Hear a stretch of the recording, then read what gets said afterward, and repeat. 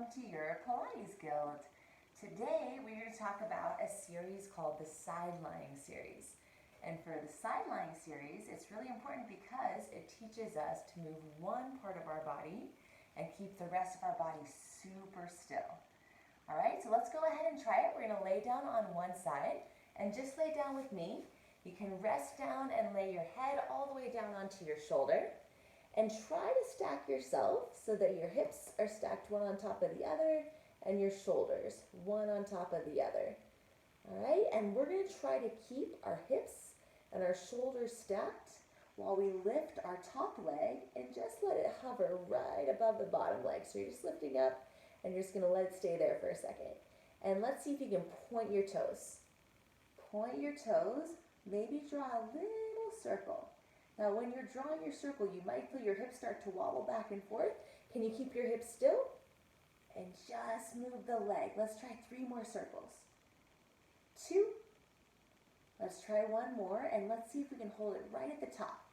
Right at the top, reverse the circle. So just go the opposite direction. Go around in the opposite direction with your circle. Oh, are you starting to wobble a little bit? Hold on to your hips. Just the leg. Just the leg. So sometimes, when we're trying to only move the leg, we need to tighten up our abs a little bit, tighten up our tummy.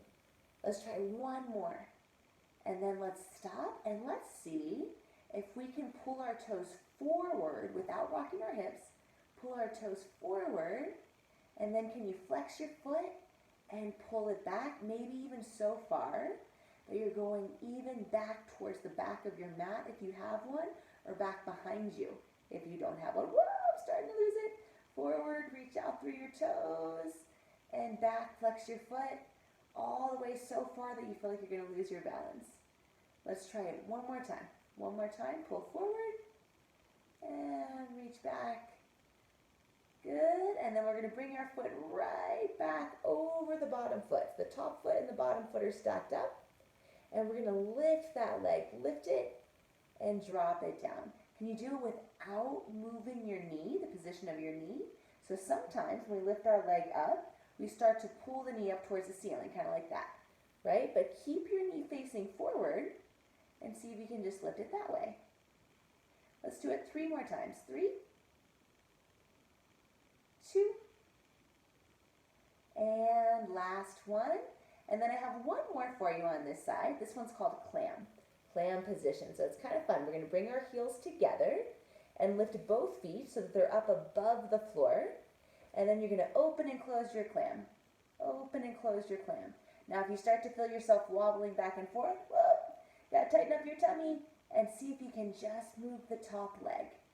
Open and close the clam. Let's take 3 more times. And 2. And last one. And then go ahead and pause, take your knee forward, drop that back foot down on the floor, and take a break. We're going to do the exact same thing on the other side, because we have to match up our right and our left. Last session we talked about symmetry, right? Balancing the right and the left side. We're going to do that again here.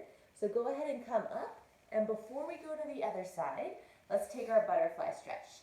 So we have our feet together and our knees open, and fold forward. Get a nice stretch here. And then once you have your stretch, we're going to come down over to the other side, and we'll lay down and stack our hips. So when we're stacking our hips, we have 1 hip on top of the other, 1 shoulder on top of the other, and then we're going to lift that leg and just hold it there for a second. All right? And while we're here, if you ever feel like you're losing your balance, you can always bring your hand forward too. Let's start to draw that circle. All right, so you're drawing your circle from your hip. Look, if we're starting to wobble, you can make the circle smaller. That's another way that you can find stability in your hips, that you can feel like you're staying still in your hips if you make the circle smaller. All right, and then let's go ahead and reverse. So we'll hold it at the top, and then we're going to come the other direction. Keep going the other direction. Same thing. If you feel like the circle's getting too big and you're starting to feel like you're wobbling around, then you can always make it smaller. Let's try 2 more. And then on that next one, we're going to wait for a second. And we're going to see if we can pull our toes forward. Pull our toes forward and then flex your foot and pull your heel back so far that it's going behind you, but not so far that you start to fall backwards onto the floor. So right to that part where you're like, whoop, I'm starting to lose my balance. Back and forth. Let's try 2 more times. And if you feel like you've got it and you feel like you're really solid, we're doing good, you can go ahead and go further. Maybe you try to go even further forward and further back. Let's just add 1 more, just for fun. 1 more time, see how far you can go. Further forward and further back. And then we're gonna wait. So this time when you come back over your bottom foot, we're gonna wait for a second. Keep your knee facing forward towards me and just lift your leg. Lift and lower.